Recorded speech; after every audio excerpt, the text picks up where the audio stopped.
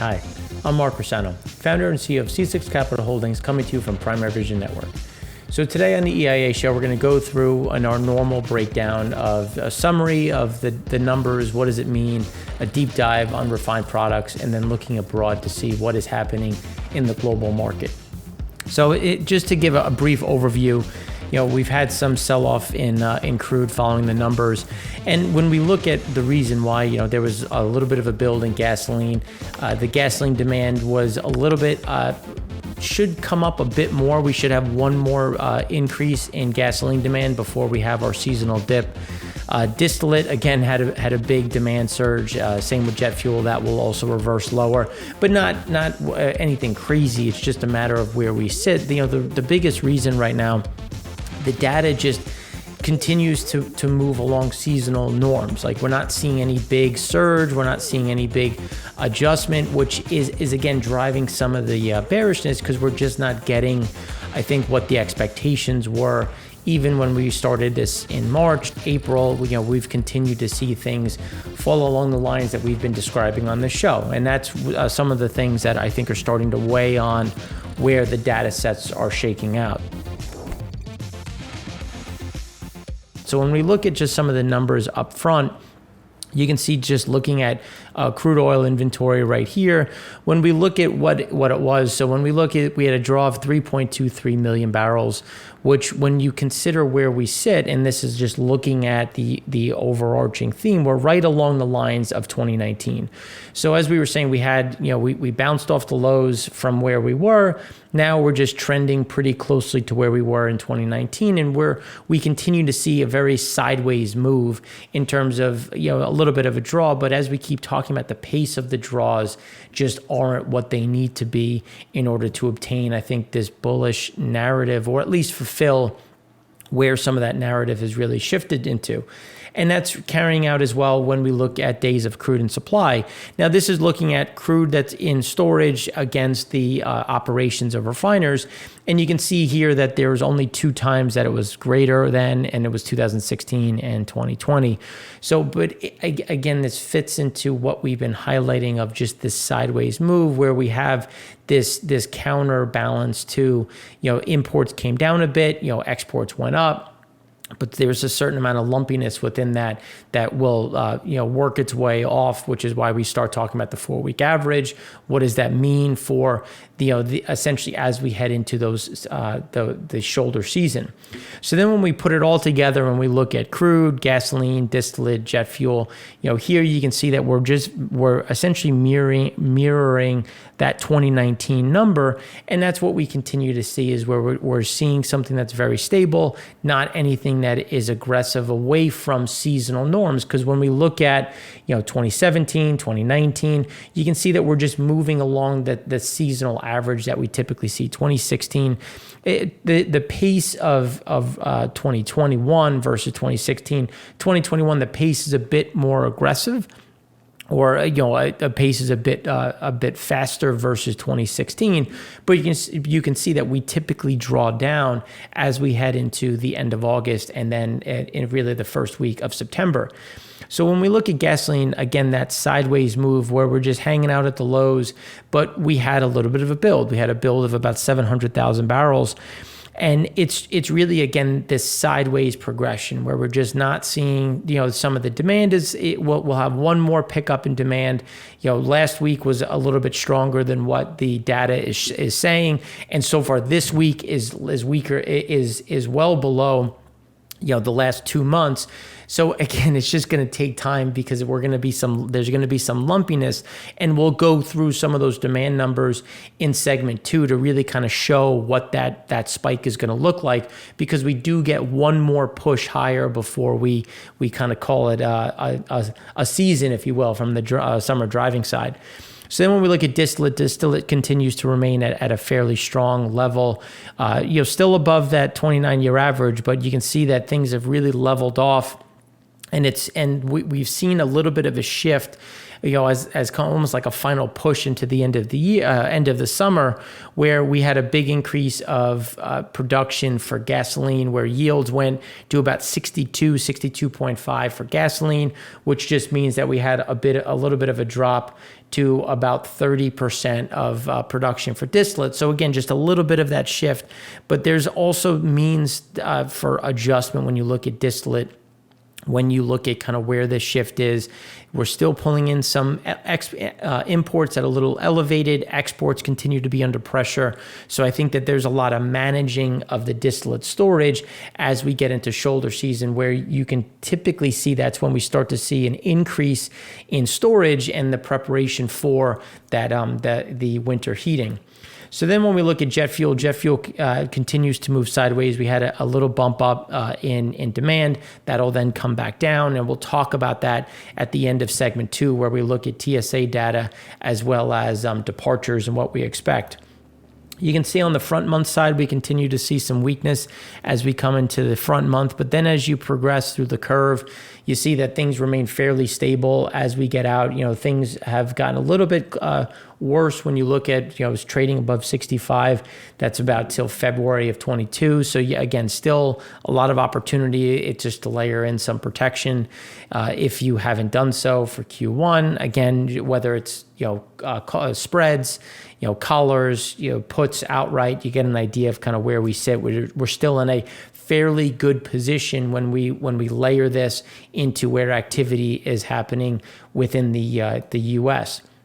So now when we turn to COVID cases, just to give a brief update, you can see that things have remained, started to get a little bit better in the U.S. You're starting to see some of this fall off in terms of waves. Things in Europe are turning up slightly. The U.K., and the only reason why I talk about the U.K. here is because that saw the biggest increase. And if you look at terms of where it was against the U.S., it was the first to really see this increase. But things have calmed down, but you can see that they haven't come back down. They've just kind of found this plateau, and now they're just rolling out at that level, which is something that's happening very similar in Asia Pacific, especially when we look at India.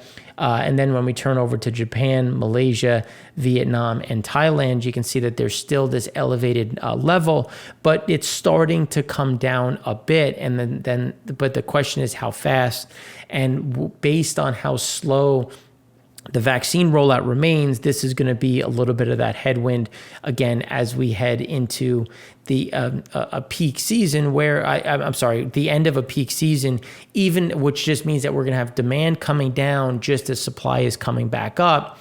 When we look at the OPEC agreement and where production is supposed to go, that's where you're starting to get, the differentials are starting to show it again, where we're getting some softness. ESPO is trading at a 5-month low.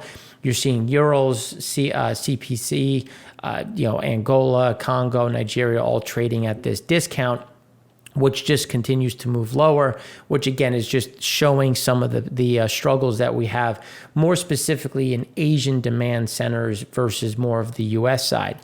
So then when we just do a deeper dive on crude stocks, here's the draw of that 3.23 million.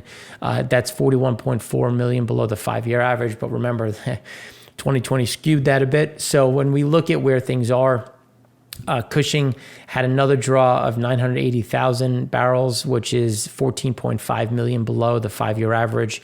So you're starting to see some of those shifts in general. But then when we turn to Pad 3 had a draw of 1.86 million, but that's still 400,000 above the 5-year average, even factoring in 2020, just to give you an idea of how Pad 3 still remains well supplied with crude, and that's where we get some of this competition between, where are exports going, where are imports going, and there's some of that friction because we just have so much crude in Pad 3.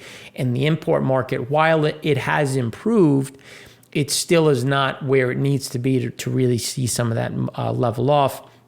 And then on the crude oil production side, you can see that we're up 100,000 barrels back to 11.4. If you remember, we've been saying that we're really at closer to 11.45. At this point, probably even approaching 11.5. But it was an adjustment made by Gulf of Mexico, some maintenance coming back. So here we are with that production increase. And then when we look at Saudi Arabia, Kuwait, UAE, they boosted their shipments to multi-month highs in July. That's going to go up again in August. And then the question is going to be, what does September look like? Or do they pause some of the increases? Do they roll some of them back? And as we've talked about before on the OPEC side, it's going to be difficult to get the entities to come to an agreement to actually roll back production. If anything, it's something where they probably hold firm at the current level. So when we look at land storage, stockpiles last week rose by 2.1 million to 603.1 million after falling by 9.3. That'll reverse. We'll get a little bit of a decline based on what we saw in the U.S., what we've seen in Europe. East of Suez saw a little bit of an increase, so that'll kind of offset some of that. But that's just going to be something to watch as we continue to track pretty closely to the 5-year average when you look at just where the normal trends are. But one of the things that we've been saying here is we're just going to go sideways from this point. So even though we're below the 5-year average on total, the comps get easier as we progress through the year, and then we'll start to see some of these increases, which I think is going to be driven by, but not just east of Suez, but also west of Suez. And especially when you look at the Clipper data so far, when we look at naphtha, Indian naphtha exports have compared with the 5-year average. India's finished gasoline exports are at about 217,000 barrels a day so far in August, up from 190,000 barrels a day in July. India gas oil exports this month to Europe are likely to be more than 5 times higher than July, which is what we keep talking about when we look at the shift of product from Asia into the Atlantic Basin, and we're going to continue to see that coming through. So, and it's also going to impact where we see floating storage, where, when we look at the total, you can see that we're back up towards the 2021 kind of, that some of these peaks where, and we keep saying it, but I apologize, but we're just, again, going to see that fairly steady move sideways as east of Suez continues to remain elevated, and there's not a lot of drawdown in some of this capacity, which is, again, going to be an overhang as west of Suez continues to remain below that 5-year average, but you can see it's shifting above 2021, and it's really going to be driven by West Africa as we continue to see some of these elevated numbers come through. And it's really when we look at the demand for road fuel. So when we look at China, China is down to about 83%. Europe has come back down. Pretty similar when you look at where it was last year, where they had that drop into August. There's a certain amount of seasonality mixed in with that. Rest of Asia, something similar. There's been a bit of an increase in Australia, New Zealand lockdowns, some of these other areas within the Asian continent as well, keeping it fairly capped, as the Americas has kind of bumps along the bottom, just because there's issues in Latin America. The U.S. has slowed down, especially this week, because this is looking at things a bit more in real time, and that's where we saw some of those slowdowns, which we'll talk about from GasBuddy as well as Descartes data. So then this is when we look at pad 3. You can see there's only 2 times in 29 years that we've been above, which was 2016 and 2020. This is something that we, again, are going to see this move sideways and come closer to where we were in 2017, 2016, where that merge was. It's a level of, we do have increases in imports just because we're going to get a bit heavier, especially when we look at the infrastructure deal that's going to require asphalt, diesel, things on the heavier end, which again, the U.S.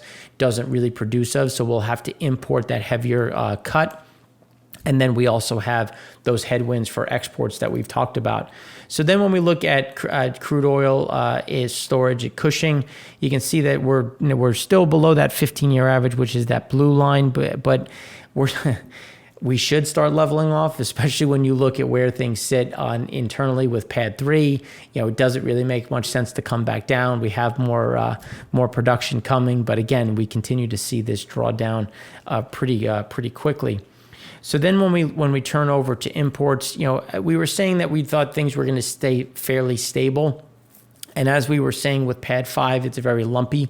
And here's another example. So imports were down 45,000 barrels a day from to 6.35 million barrels. Pad 1 saw an increase of 287,000. Pad 2 saw a decline of 283,000, which is interesting, and we should see pad 2 see a bounce up because now it's well below where that 5-year average, so we expect to see that bounce.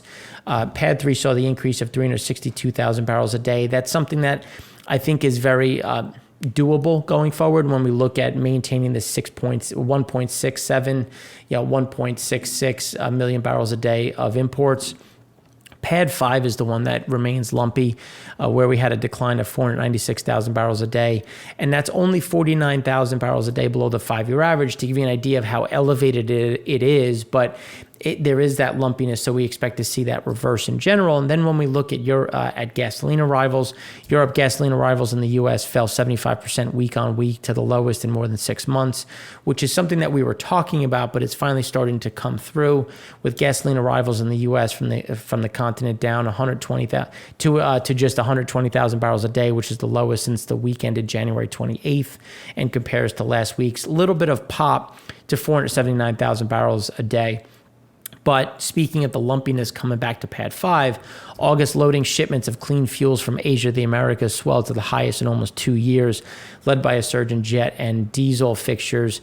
Volumes are up to 680,000 tons as of Monday. So again, you're starting to see those movements. And that's when we start looking at runs. Runs were slightly up 0.4% to 92.2%, but crude oil runs were down slightly. Again, it's just a matter of what is being utilized, how much new crude is getting run through.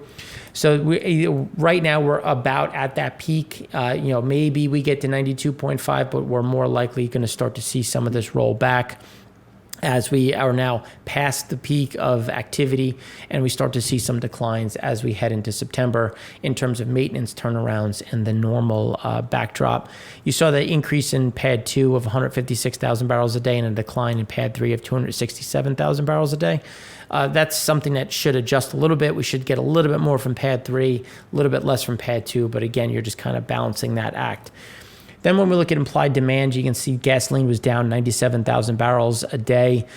This is one that we thought was going to be, there was a little bit of a makeup where 9.4 was a little too high, but we saw some fairly strong demand coming in the end of last week. So that helped offset what should have been a move down to about 9.1. But now we're in a week that is seeing a lot of slowdown in demand, so that should offset. So maybe we're not going to see the same type of surge. We'll see an increase, one last push, before we start to see that roll back. Distillate overshot to the downside. Now it's overshooting to the upside, up 589,000 barrels a day from 3.7 to 4.3. And remember last week we thought that it should have been about 4, not 3.7. So to see it kind of get that shift back up isn't crazy to see. And then 1.26 on jet fuel was up 396,000 barrels a day to about 1.67 million. That's something that is going to come back down to about 1.3 and essentially just take away the increase, but not go down too far below it, because we are seeing some of these slowdowns, but there is some of that residual demand. So then when we look at the at floating storage in the Gulf of Mexico, as we were saying, the comps were going to get easier, and we're going to see kind of that steady move sideways, which we saw happen right here, which again is just coming into really this kind of steady state when we look at some of these flows in general. So then when we look at crude oil import data, you can see here that the imports increased. It's still still making a lower high, but as we come into, again, a little bit of the demand for a bit more diesel, heating oil in general, some of that asphalt, as we keep talking about with the infrastructure plan, that's going to keep us, not moving us back to the 5-year average, but keeping us fairly steady at this lower end of activity. So then when we look at pad 2, we were expecting that a bounce back up to about the 5-year average. Instead, it just crashed through the floor, making a new seasonally adjusted low, which just means that we're going to get this bounce back up. And again, we expect that bounce to come closer to that 5-year average. So then when we look at the utilization refinery rates, Going back over the last 29 years, you can see that we're just below that average. We don't see, typically right at this point, we're coming from about 97% on our way to 95%, on our way to about low 90s. And we're sitting here at 92.2. So again, we're not going to see this surge. So we're not starting from 98 on our way, 97, 98 on our way down. We're starting at 92 on our way down. So again, the pace of slowdown will be a bit slower, which again is going to keep some of that crude moving through. But when you look at imports are remaining elevated given where we were historically through 2021. But exports are going to still remain a headwind as we go into that slower demand period. But we'll talk about that more in segment 2 and again in segment 3.